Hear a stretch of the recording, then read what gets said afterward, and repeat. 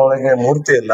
ಹಾ 15ನೇ ಶತಮಾನದಾಗೆ ಒಂದು ತಾಳಿಕೋಟೆ ಕದನ ಆಗುತ್ತದೆ. ಹಾ ಇದಾಗ 1565ರಲ್ಲಿ ಹಾ ಕೃಷ್ಣದೇವರಾಯನ ಅಳಿಯ ಆಳ್ತಿರ್ತಾನೆ. ಅವಾಗ ಸೈನ್ಯಾಧಿಪತಿ ಆಗಿರ್ತಾನೆ.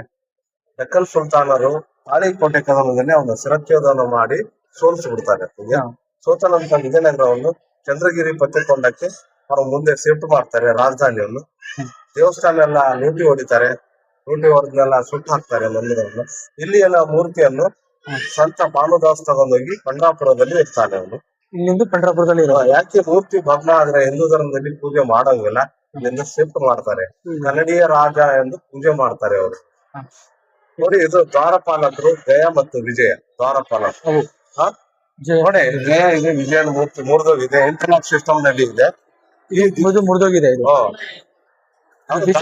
ವಿಜಯ. ಮುರಿದಾಕಿದ್ದದ್ದು. ಹಾ ಇದು ಪ್ರದಕ್ಷಿಣೆ ಪಥ ಇದೆಯಲ್ಲ, ಹಾ 12 ಅಡಿ ಒಳಗಿದೆ. ಇದು ಒಳಭಾಗಕ್ಕೆ ಹಾ ಪ್ರದಕ್ಷಿಣೆ ಮಾಡ್ತಾ ಇದ್ದ ರಾಜ ಭಗವಂತನ ಕಾಲ್ತಾಳಗಿಂದ ಪ್ರದಕ್ಷಿಣೆ ಮಾಡ್ತಾ ಇದ್ದ. ಹಾ ಅದಕ್ಕೆ ವಿಂಡೋಸ್ಗಳು ಕಿಟಕಿಗಳನ್ನು ಮಾಡಿದ್ದಾರೆ ಮೇಲ್ಭಾಗಕ್ಕೆ. ಹಾ ಮತ್ತೆ ಕೆನಲ್ ನೀರು, ಅಭಿಷೇಕದ ನೀರು ಕೆನಲ್ ಸಿಸ್ಟಮ್ ಮಾಡಿದ್ದಾರೆ. ಕೃಷ್ಣನ ಮೂರ್ತಿ ಕಾಣ್ತಾ ಇದ್ದಲ್ಲ, ಬಾಲ್ಯದಲ್ಲಿ ಇರೋದು. ಎಲ್ಲ ಕೃಷ್ಣ ಎಷ್ಟೊಂದು ತರ ಇರ್ತದೆ. ಇಲ್ಲಿ ನೋಡಿ, ಎಷ್ಟೊಂದ ಎಣ್ಣೆ ಮಾಡ್ತಾರೆ, ಬೆಣ್ಣೆ ತಿಂತಾ ಇದಾರೆ. ಬೆಣ್ಣೆ ತಿಂದ ನಂತರ ನೃತ್ಯ ಮಾಡ್ತಾ ಇದಾರೆ. ತಿಂದ ನಂತರ ಪನಿಷ್ಮೆಂಟ್ ಕೊಟ್ಟಿದ್ದಾರೆ, 2 ಕಿವಿ ಹಿಡ್ಕೊಂಡು. ಹಾ ಹಾ ಪ್ರದಕ್ಷಿಣೆ ಸ್ಥಳ ಇದೆ, ಇಲ್ಲಿಂದ ಪ್ರದಕ್ಷಿಣೆ ಮಾಡಿ ಅಲ್ಲಿ ಮಧ್ಯಭಾಗಕ್ಕೆ ನೋಡಿ. ಇದು ಪ್ರದಕ್ಷಿಣಾ ಸ್ಥಳ. ಅಂದಿನ ಕಾಲದ ರಾಜರು ದೇವರನ್ನು ಆರಾಧಿಸಿ ಇಲ್ಲಿ ಪ್ರದಕ್ಷಿಣೆ ಮಾಡುತ್ತಿದ್ದರು.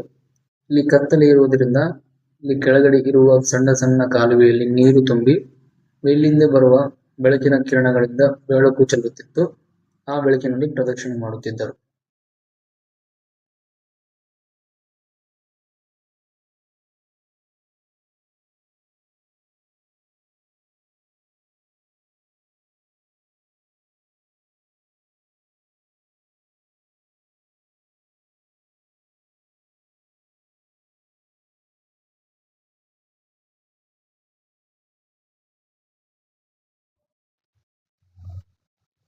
ವಿಠಲ ದೇವಸ್ಥಾನದ ಒಳಾಂಗಣ ಎಷ್ಟು ವಿಸ್ತಾರವಾಗಿ ವಿಶಾಲವಾಗಿದೆ ಎಂದರೆ ಪ್ರತಿಯೊಂದು ವಾಸ್ತುಶಿಲ್ಪಿಗಳು ತಮ್ಮತ್ತ ಸೆಳೆದು ನನ್ನ ಇತಿಹಾಸವನ್ನು ತಿಳಿದುಕೊಳ್ಳಿ ಬನ್ನಿ ಎಂದು ಕೈ ಬೀಸಿ ಕರೆಯುವಂತೆ.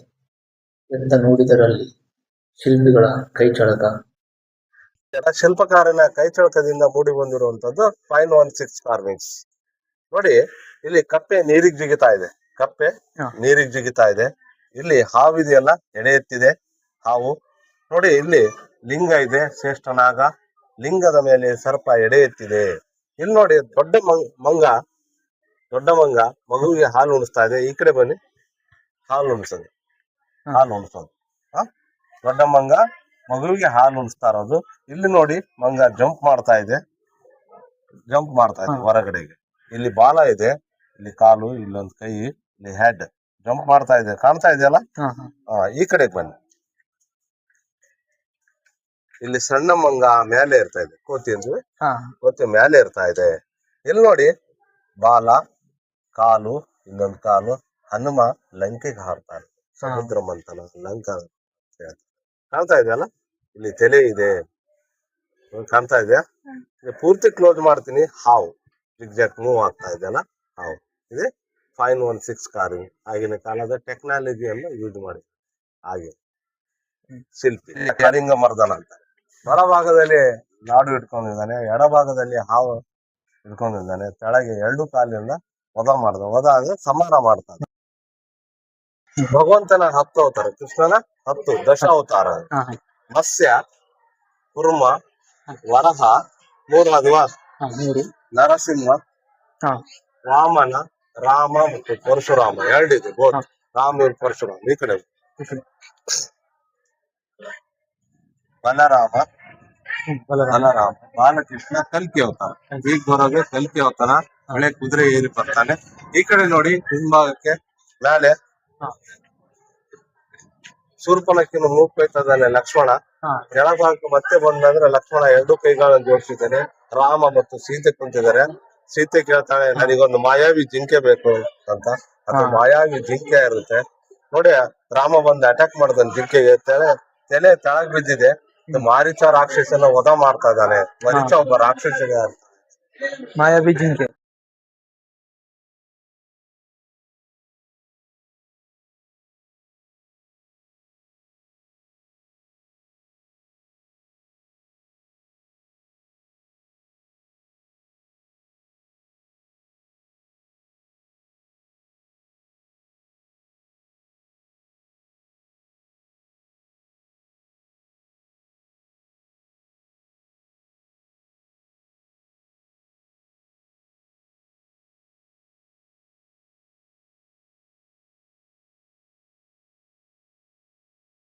ಮ್ಯಾರೇಜ್ ಮದುವೆ ಮಂಟಪ ಇದು. ನೋಡಿ ಅಲ್ಲಿ ಕಂಬದಲ್ಲಿ ಕಾಣ್ತಾ ಇದೆಯಲ್ಲ, ಭಕ್ತ ಪ್ರಹ್ಲಾದ. ಭಕ್ತ ಪ್ರಹ್ಲಾದ, ಹಿರಣ್ಯ ಕಶ್ಯಪ, ನರಸಿಂಹ ಕಂಬ ಮುರಿದು ಬರ್ತಾನೆ. ನೋಡಿ ಕಂಬ ಮುರಿದು ಒಂದು ವಧ ಮಾಡ್ತಾನೆ. ಬನ್ನಿ. ರಾವಣ, ದಶಕಂಠ ರಾವಣ ಸೀತೆಯನ್ನ ಅಪಹರಣ ಮಾಡಿರ್ತಾನೆ. ಲಂಕೆ ಒಳಗೆ ಕುಂತಿದ್ದಾನೆ. ಸೀತೆಯ ಅನ್ವೇಷಣೆಗೋಸ್ಕರ ಹನುಮ ಹೋಗ್ತಾನೆ.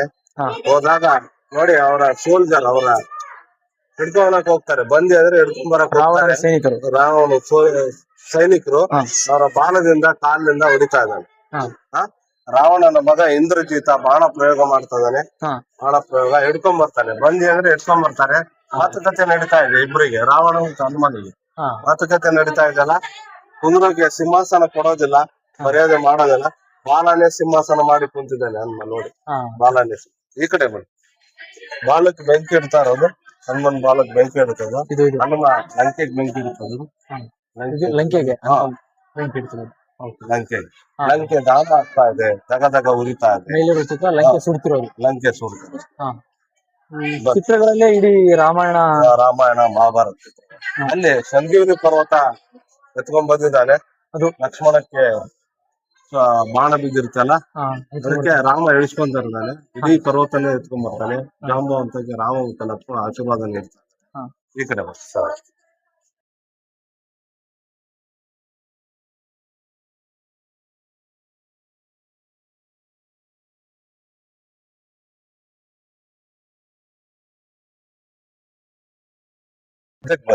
ಬಹಳ ಸಿಟ್ಟಿನಿಂದ ಆನೆ ಬಾಳೆಗಡವನ್ನು ತಿನ್ನಿಸ್ತಾ ಇದೆ.